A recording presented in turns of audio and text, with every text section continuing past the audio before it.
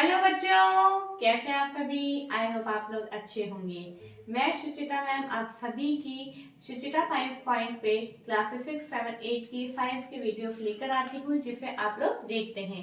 और अगर आप इस चैनल पे आज नए हैं, पहली बार विजिट कर रहे हैं, तो प्लीज आप इस चैनल को सब्सक्राइब जरूर कीजिए, तभी आने वाले नोटिफिकेशन आपको मिल पाएंगे। ओके।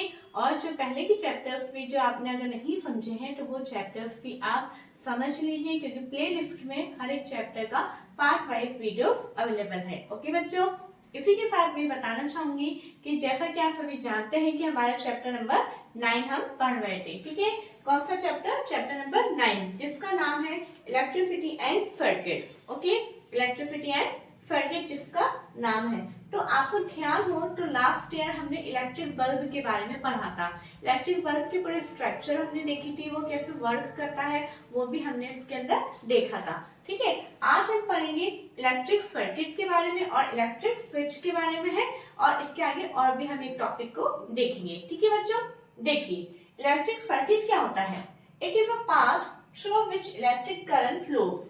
क्या है ये? पाथ है पूरा इलेक्ट्रिक सर्किट, है ना। जैसे यहाँ पे मैंने एक बनाया है, यानी अगर जैसे कि ये जैसे बल्ब लगा है, स्विच लगा है ना, ये वायर्स है, यहाँ पे एक फैन लगा है, तो इस पूरे को, है ना, इस पूरे को अपन क्या बोल देंगे?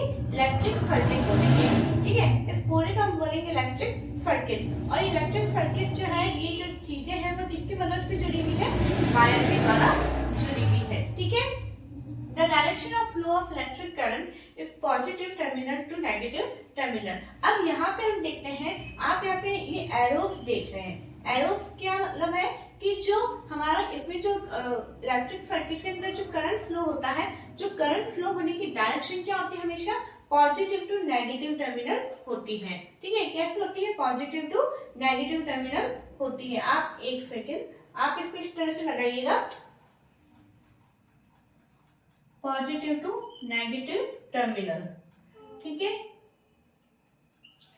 आगे बात समझ में? इस तरह से ये इसकी डायरेक्शन होती है। अब आप भी यहाँ पे देखिए कि मैंने यहाँ पे कुछ चीजें लिखी हैं, जैसे connecting wires, a bulb, a switch, a fan. इन चारों के बारे में मैंने अलग अलग करके लिखा है ना। आपके बुक में इतना डिटेल में नहीं है, लेकिन मैंने आपको इलेक्ट्रिक सर्किट क्या होता है एग्जैक्टली समझाने के लिए चीजें लिखी है, तो मैं चाहूंगी कि आप अपनी कॉपी के अंदर से नोट डाउन जरूर करें। देखिए कनेक्टिंग वायर्स क्या होता है?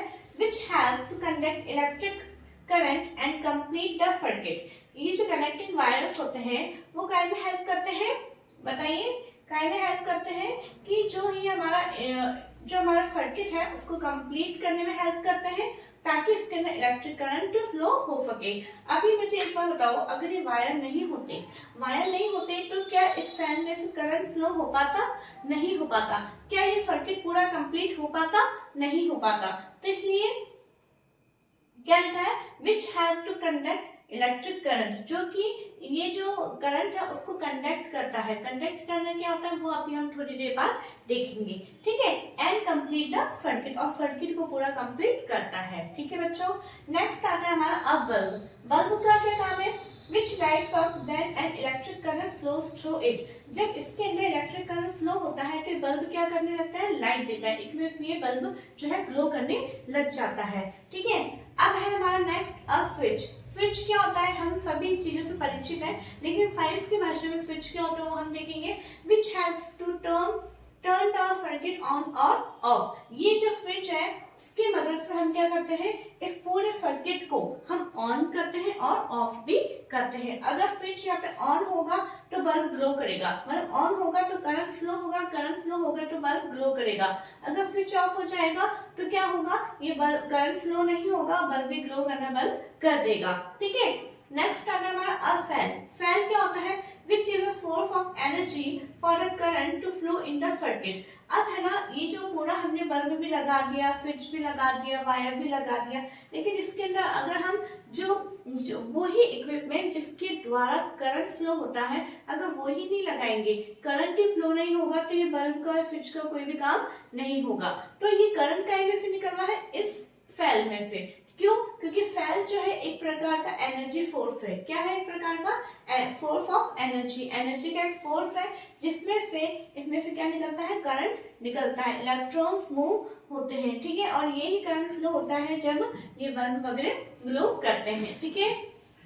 आप देखते हैं जब हम टॉर्च वगैरह लगाते हैं, टॉर्च के अंदर जब हम फैन लगाते हैं तभी वो टॉर्च काम कर पाती है ना। जैसे आप रिमोट कंट्रोल देखते हैं, रिमोट कंट्रोल के अंदर जब हम फैन लगाते हैं तभी वो काम कर पाती है। क्यों? क्योंकि तभी वो करंट फ्लो हो पाता है, ठीक है बच्चों। ऐसे जब हमारे बल्ब वगैरह होते हैं, जैसे घर में जो भी इलेक्ट्रिकल अप्लायंसेस होती हैं, इलेक्ट्रिसिटी आ रही होती है, करंट फ्लो हो रहा होता है तभी वो काम कर रही होती है, ठीक है बच्चों। तो ये सारी चीजें जो है मैंने अलग से लिखी है, आई होप आपको ये समझने में मदद करेगी, ठीक है। ये इलेक्ट्रिक सर्किट की मैंने यहाँ पे डेफिनेशन लिखी है, तो ये भी आप आराम से याद करके लिख सकते हैं, क्योंकि पूछा जा सकता है define electric circuit, what is electric circuit, तो आपको आराम से लिखने में मदद हो पाएगी, ठीक है। नेक्स्ट हमारा आता है sometimes N electric bulb does not glow. कई बार जो इलेक्ट्रिक बल्ब होता है वो ग्लो नहीं कर पाता है, ऐसा क्यों? हमने पूरा सर्किट भी बनाया है, फैन भी लगाया है, स्विच भी ऑन कर दिया है, ठीक है, सब कुछ अच्छा है, फिर भी बल्ब ग्लो क्यों नहीं कर रहा है? तो उसके पीछे भी कुछ रीजंस हैं, वो मैंने यहाँ पे लिखे हैं। If the bulb has fused, हो सकता है यदि बल्ब फ्यूज हो। अब बल्ब फ्यूज क्यों होता है वो आपको ध्यान हो, तो मैंने इलेक्ट्रिक बल्ब की जब लास्ट वीडियो के अंदर मैंने बताया था कि बल्ब फ्यूज कैसे हो जाता है।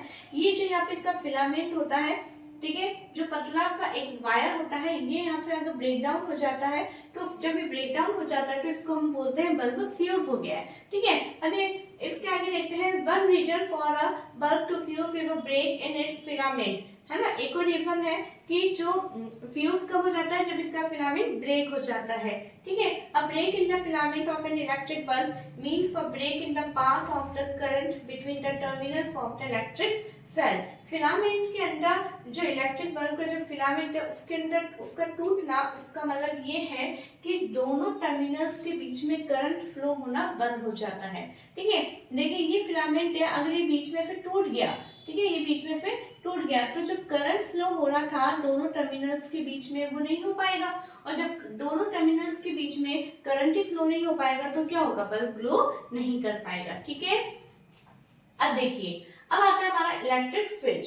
स्विच क्या होता है? हमारे घर में सभी के लगे होते हैं स्विच होते हैं, उसको अपन ऑन करते हैं तो लाइट ग्लो करती है, ऑफ करते हैं तो वो लाइट ग्लो करना बंद कर देती है ना। लेकिन साइंस की लैंग्वेज में अगर आपसे पूछी जाए कि व्हाट इज स्विच, स्विच को आप डिफाइन करो, तो आप कैसे करोगे वो अभी मैं आपको बताती हूँ। A switch is a simple device, switch के एक प्रकार का एक सिंपल डिवाइस है that either breaks the circuit और कंप्लीट इट्स, जो कि आपके सर्किट को जो है ब्रेक भी करती है। ब्रेक कब करेगी? जब हमारा स्विच ऑफ होगा। देखिए जब स्विच ऑफ होगा तो जो सर्किट है वो क्या हो जाएगा? ब्रेक हो जाएगा, ठीक है। और जब ऑन होगा तो क्या होगा? कंप्लीट हो जाएगा, ठीक है बच्चों। ये हमारे हो गए इलेक्ट्रिक स्विच की डेफिनेशन।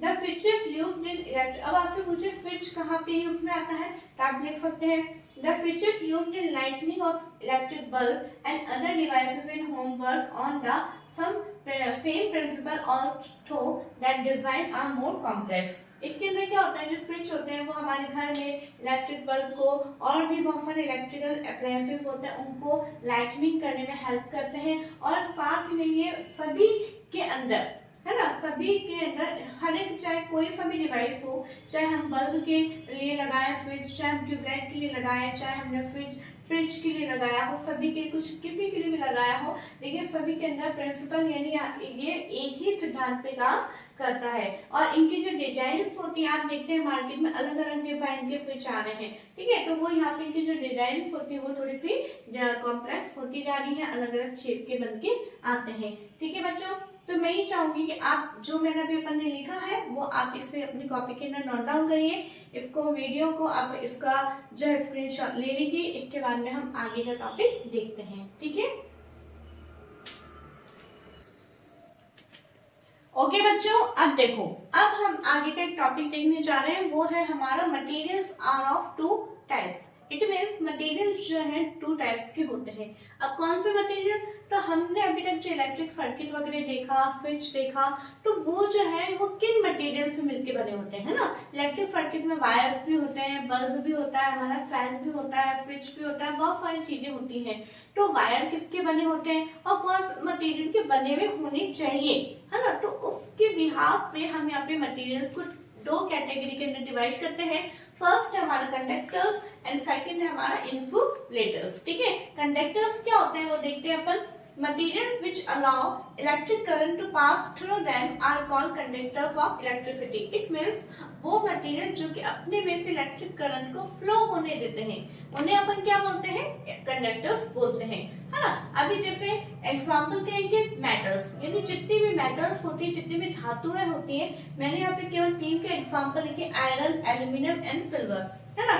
जितनी भी मेटल्स होती है वो हमारे कंडक्टर्स होते हैं। और आर बॉडी, इट मीन्स हमारा शरीर भी क्या कंडक्टर है। आप देखते हैं कभी भी हमें एकदम शॉक लग जाता है कि हमारा करंट जो हमारे अंदर आ जाता है, क्यों आ जाता है, क्योंकि हमारी बॉडी भी क्या एक प्रकार की कंडक्टर है। ठीक है, तो ये इसका एग्जाम्पल है। अब आप देखते हैं, कभी आपने प्रेशर कुकर देखा होगा, ठीक है। अगर आपने अभी तक नहीं देखा है तो प्लीज किचन में जाइए और मम्मी को बोलिए कि प्रेशर कुकर दिखाइए। प्रेशर कुकर में आप देखेंगे कि जो उसका जो बेस होता है, जिसके अंदर फूड आइटम रखा होता है, वो एक मेटल का बना होता है, एल्यूमिनियम का। और जो उसका हैंडल होता है उसके ऊपर एक प्लास्टिक की कवरिंग होती है, जिसे हम आसानी से पकड़ सकते हैं। लेकिन वो जो एल्यूमिनियम का बना हुआ होता है, जो मेटल का बना होता है, उसको हम जो गरम गरम होता है उसको हम टच नहीं कर सकते। क्यों? क्योंकि वो बहुत ज्यादा गर्म होता है। तो वो गर्म क्यों होता है? क्योंकि उससे अपने में से हीट को फ्लो होने दिया है। इसी तरीके से बहुत सारे मटेरियल ऐसे होते हैं जो अपने में से करंट को फ्लो होने देते हैं। जैसे आप देखते हैं आपके घर के अंदर वायर लगे हुए होते हैं, ठीक है। तो वायर जो होते हैं उसके अंदर का अगर आप प्लास्टिक का आप हटा के देखेंगे तो आपको क्या नजर आएगा?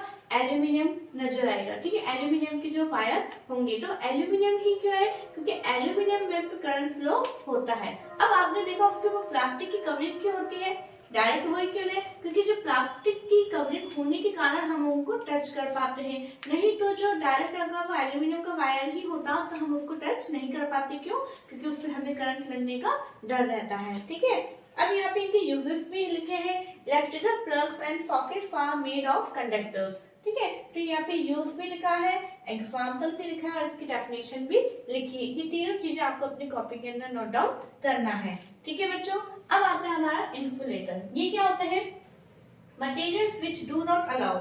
इन दोनों डेफिनेशन में केवल और केवल एक वर्ड का अंतर है, यहाँ पे विच अलाउ और यहाँ पे लिखा है विच डू नॉट। और ये डू नॉट का जो है अंतर है, do not allow electric current to pass through them are called insulator. It means वो मटेरियल जो अपने में से करंट को फ्लो होने नहीं देते हैं, है ना। जैसे कि अभी मैंने बताया आपको प्लास्टिक उसके ऊपर लगा दिया जाता है ताकि उसमें से करंट फ्लो ना हो और हम उसको आसानी से टच कर सके। तो ऐसे मटेरियल को हम क्या बोलते हैं? इंसुलेटर्स बोलते हैं। ठीक है बच्चों, अब देखिए, अब इनके एग्जांपल है plastic, rubber and air. Air भी हमारा क्या है? एक इंसुलेटर है। ठीक है, एयर भी जो एयर की प्रेजेंस में या एयर को अगर हम कनेक्ट करते हैं तो करंट फ्लो नहीं होता है। अगर सोचो एयर में करंट होता, हमारे चारों तरफ तो एयर ही है, अगर एयर में करंट होता तो फिर चारों तरफ करंट ही करंट होता।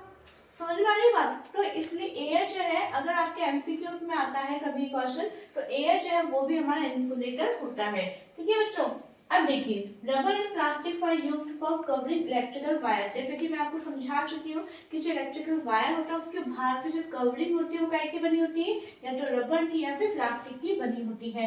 Plug tops and other parts of electrical appliances which people might touch. ठीक है, बहुत सारे इलेक्ट्रिकल अप्लायंसेस जो है सारे रबर और प्लास्टिक के बने होते हैं ताकि हम उन्हें टच कर सकें। ठीक है बच्चों, तो आज का हमारा चैप्टर यहाँ पे कंप्लीट होता है। अगर आपने प्रीवियस वीडियोस नहीं देखी है तो प्लीज आप पहले के वीडियोस आप प्लेलिस्ट में जाइए, आप वहाँ पे आराम से उनको देख सकते हैं और आपको मुश्किल भी नहीं होगी। क्यों? क्योंकि हमने हर एक वीडियो में पार्ट 1, पार्ट 2, पार्ट 3 इस तरह से लिखा है, तो आपको बिल्कुल मुश्किल नहीं होगी कि वीडियो कहाँ से स्टार्ट हुई, कहाँ पे खत्म हुई है। ठीक है बच्चों, मैं फिर कहना चाहूंगी कि अगर आपको ये वीडियो अच्छी लगी तो प्लीज एक बार लाइक कर दें और कमेंट में भी आप कुछ लिख सकते हैं कि हाँ अच्छा है या नहीं अच्छा है, जो भी है। ठीक है, और ज्यादा से ज्यादा आप शेयर करें एंड सब्सक्राइब करें। Thank you.